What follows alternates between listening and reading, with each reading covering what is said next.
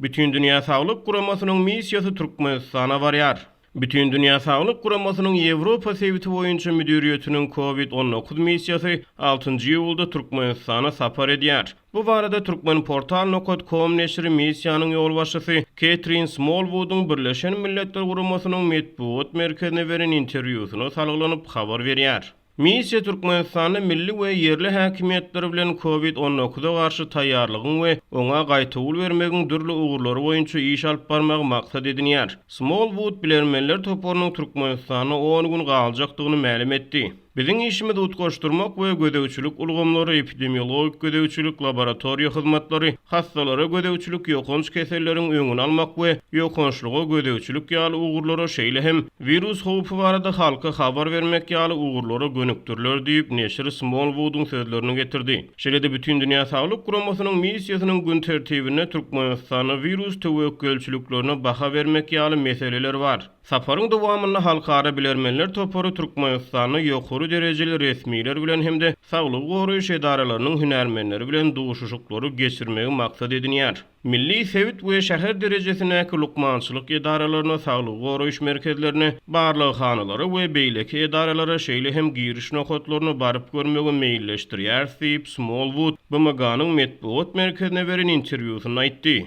Bütindünýä Saglyk Guramasynyň halkara bilermenler toporu aprel aýyndan bäri Türkmenistana sapar etmäge synanýardy. Guramanyň COVID-19 missiýasynyň Türkmenistana edýän saparynyň öňü syrasyny 3-nji ýylda Türkmenistanyň daşary işler ministri Reşit Meredowyň ýolbaşçylygyna ýokary derejeli türkmen resmileri Türkmenabada sapar edip şäheriň saglyk edaralaryna baryp gördüler.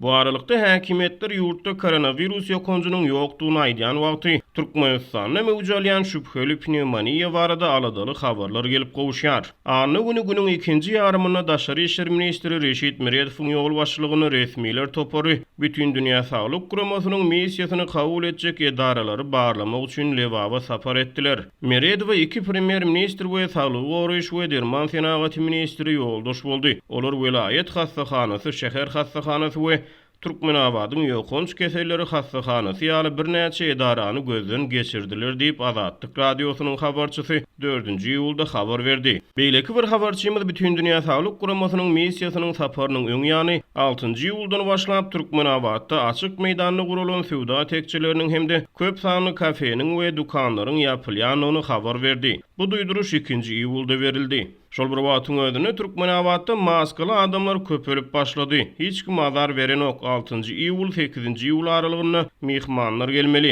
Ähli ýerlerde güýçli taýýarlyk gidip dur. Döwlet arasaçylyk we keseleriň ýaýramagyna garşy görüşmek gullugyna da güýçli taýýarlyk işleri alınıp barýar diýip habarçymyz aýtdy. Azatlyk radiosynyň döwlet arasaçylyk we keseleriň ýaýramagyna garşy görüşmek gullugyna çeşmesi Türkmenabadyň ýokunç keselleri hastahanasyna näsaglaryň Türkmenabadyň şäher keselhanasyna geçirilýändigini, bu hastahananyň karantin merkezi elan edilendigini 2-nji ýylda anonim şertde habar berdi. Türkmenabadyň ýokunç keselleri hastahanasyna adam az ol ýerde diňe Moskwada harby parada gatnaşan adamlar karantinde saklanýar. Olaryň jemgy sany 34 adam, köp bolsa 37 adam. Olar näsagda ýöne 14 gün karantinde bolmaly diýip çeşme maglumatynyň üstüne ýetirdi. 24-nji ýylda Türkmenistanyň wekileti 2-nji jahan urşunyna gadarlan ýeňiş münasibetli Moskwada geçirilen harby parada gatnaşypdy. Häkimetler paýtagat Aşgabatda da COVID-19 ýaýramagynyň öňüni almak çäreleriniň çägine girýän karantin düzgünlerini güýçlendirýärler. Öňkü sergiler zalynyň WDNH-nyň binasyna ýerleşýän dukanlaryň, firmalaryň we kafeleriň ýani hususy pudowyň işgärleriniň 50% karantin çäreleriniň çägine 10 günlük öýlerini guradyldy. Döwlet edaralaryna mundan beýlek adamlardan maska takmak we ellik giymek talap edilýär. Ýöne köçelerde däl, garaşdyrlygyň 15 ýyllygy Lomoy sowda bazaryna merkezi girilge ýapyldy diýip Aşgabatda habarçymyz habar berýär. Türkmenistany resmiler ýurdun täze koronavirusdan dolu azatlygyny aýdýarlar. Ýöne şol bir wagtyň özüne soňky wagtlarda ýurtda pneumoniýa keseli mewjudalýar. Bu arada Azatlyk radiosynyň habarçylary habar berip gelýär. Aşgabatda 84 ýaşly bir garra ýaly keselhana ýerleşdirildi we ol ýerde pneumoniýadan öldü. Onuň jesedini öýlerini äkitmediler, derrew jaýladylar diýip habarçy aýtdy. Şeýle keselhanada 17 ýaşly bir futbolçy pneumoniýadan aradan çykdy. Şolar ýaly habarlar hemme ýerde eşdilýär diýip ol aýtdy. Yine bir habarçymyz 60 ýaşly bir köşlü erkek adamyň keselhanada aradan çykandan soň onuň jesediniň selofan gabar olup polisiýa işgärleri we lukmanlar tarapyndan merhumyň dogan garandaşlaryna tapşyrylandygyny habar berdi. Ýörüýte gaby aýyrmaga ruhsat bermediler. Şonuň üçin merhum ýuwulmady diýip olaýtdy. Bu aradan çykan köşlüniň maşgala agdalarynyň jynazadan soň gözden gaýyp bolanyny habar berdi. Habarçynyň maglumatlaryna görä häzirki wagtda Aşgabatyň Klinik Medisina we Epidemiologiýa institutuny her gün 140 koronavirus barlygy geçirilýär. Morgun ýanyna ýerleşen Klinik Medisina we Epidemiologiýa institutu ýörüýte iş tertibine geçdi. Ol ýerde Aşgabatda her gün 140 test geçirilýär. Keselhanalar dıknyşyk täze näsaglary kabul etmeýärler. Olar öýlerini bejerip almaly. Saglyk işgärleriniň maşgala agdalary öýlerini bejerip almaly we keselini paş etmeli däl diýip habarçy aýtdy. Ol dermanhanalarda maska we elligin tapdyrmaýanyny we olarda alyjylaryň sanynyň ýokarlanynyny habar berdi. Dermanhanalarda steriderm atly spirtli dezinfeksiýa serişdesi satylýar. Onuň 100 ml dürli dermanhanalarda 15-25 manat, 50 mg pürküji bolsa 20 manatdan 35 manata çenli. Bu bolsa ilat üçin gymmat diýip habarçy aýtdy. Häzirki wagtda hemme ýerde hatda kiçik kommersiýa dukanlaryna arasaçylyk we dezinfeksiýa serişdeleri satylýar diýip olaýtdy. Bayramaldaky habarçymyz COVID-19-a garşy bu etrapdan alınıp barlayan göreş barada habar berdi. Onuň maglumatlaryna görä Bayramalynyň bazary 5-nji iýul gecesi dezinfeksiýa edildi we ýubileyni raýonuna ýerleşýän köçeleriň ählisi dezinfeksiýa edildi. Bu çäreleriň näme üçin näme sebäpden geçirilýänligi hiç ýeri düşündirilmeýär diýip habarçy bellädi.